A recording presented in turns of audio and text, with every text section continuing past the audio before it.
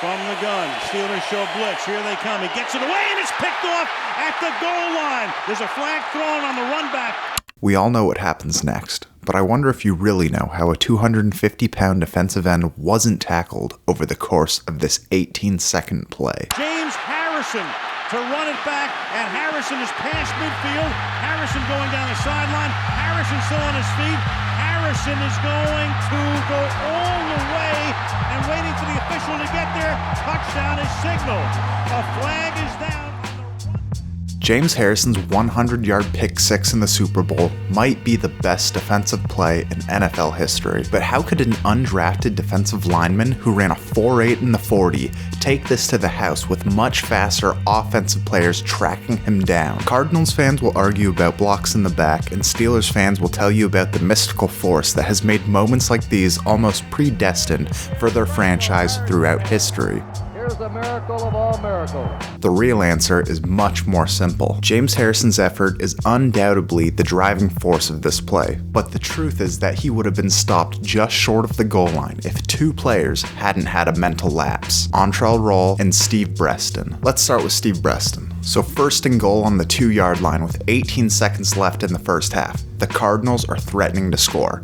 James Harrison is set up and by all accounts is coming in on an all-out blitz. But James Harrison's football IQ was too strong and called himself off of the blitz and dropped directly into the passing lane. Steve Breaston was lined up on the backside of the play, and after he saw Harrison intercept the ball, he used all of his 4.4 speed to take an aggressive pursuit angle. With the ground he was covering, he probably would have caught Harrison between the 20 and the 10-yard line, but Breaston's eyes tricked him in this cluster of players. From his angle, it looked like Harrison was getting pushed out of bounds, so he slowed down to an almost walking pace, thinking that the play was over. Once he realized the play was still alive, though, it was too late. He turned the jets back on, but wound up being 1 yard short from having a touchdown-saving tackle. If he had gone directly to the whistle, he probably would have stopped Harrison. But what about Antrel Rolle? He was a defensive back after all, right? He wasn't on the field. Problem, though, is that he wasn't on the sideline either. A football field has two key lines painted on the side. The area between the white and the box is for coaches to walk up and down the sidelines. The box is for players to stay inside of and sit on the bench. And the white is for side judges to be able to run up and down without impeding the play that is happening on the field. And again, if you've ever played football, you know how natural it is to want to creep forward and forward and forward to get a better view of what's happening in the game. We wind up like moths to a flame, getting closer to the action, and even coaches will regularly wind up on the field itself. In the case of Sean McVay, he has a dedicated get-back coach to pull him off and shadow him no matter what so he doesn't get in the way of the side judge. Usually it's not the biggest of deals. It's like jaywalking. But if you get in the way of a side judge, they'll penalize you. And if you get in the way of one of your teammates, you could cost yourself a Super Bowl. So let's rewind again. James Harrison picks off Kurt Warner. He's rumbling downfield with a convoy of blockers,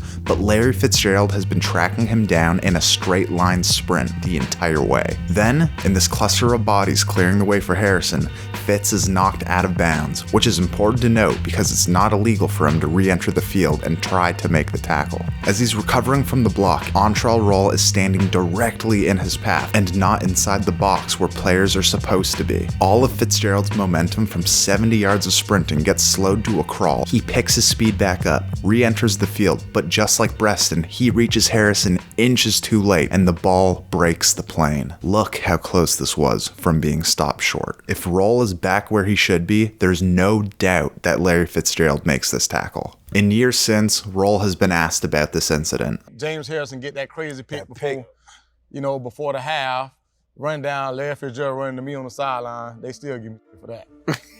I said he ran to me on the sideline, Brian, on the field, I'm on the sideline. But more of the focus related to Rolle and the defensive backs on Arizona go towards Santonio Holmes' amazing catch that has largely made this extremely preventable moment fall into obscurity. If there had been any time left on the clock, the Steelers would have kicked the field goal and would have gone into half up 6 points rather than 10. And who knows how this would have helped Arizona. One thing that's for sure, if they had made the tackle, the momentum that James Harrison had created going into halftime would have been minimized, and we cannot underestimate the effects that momentum has on the psyche of players, especially going into an elongated half because of the halftime show. For almost 30 minutes, the players would have to stew over that moment over and over, diminishing their spirit with every replay running through their head of how they could have stopped it if they just made a tackle. The beautiful thing about football is that there's so many variables in play during any given play. There are 22 players on the field, referees who have to maintain law and order, a book of endless rules,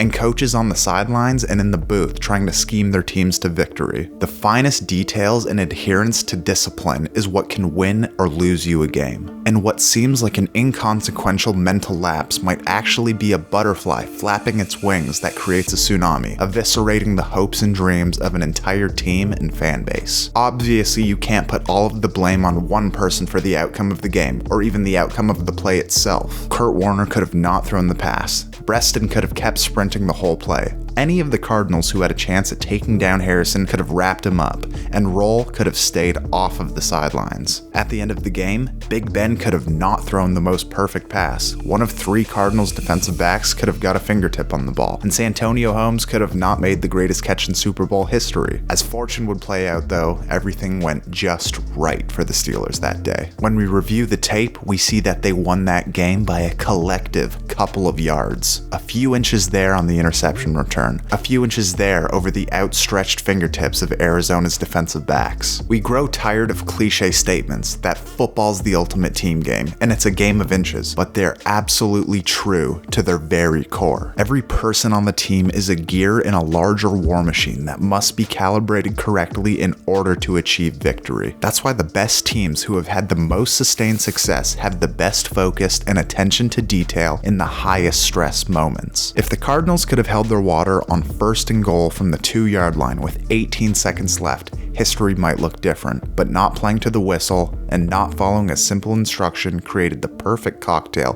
for heartbreak. We need to celebrate James Harrison's effort on this play because it's indicative of his entire NFL career. By no means should an undrafted defensive end have been able to return an interception 100 yards for a touchdown in the Super Bowl, but the unseen forces that pieced every one of those individual variables together to help get Harrison across the goal line by just inches were in play that day. If you play football or are a football coach, take this video as a case study as to why the smallest details are the most important. They could be the very determining factors that immortalize you or have you lose infamously. Thank you guys so much for watching. Please like, comment, share, and subscribe, and please subscribe to my new newsletter. It is 1 email a week for the time being, just with some stories and coverage on some general NFL topics. So if you like to read, definitely sign up for that, and we will see you in the next one.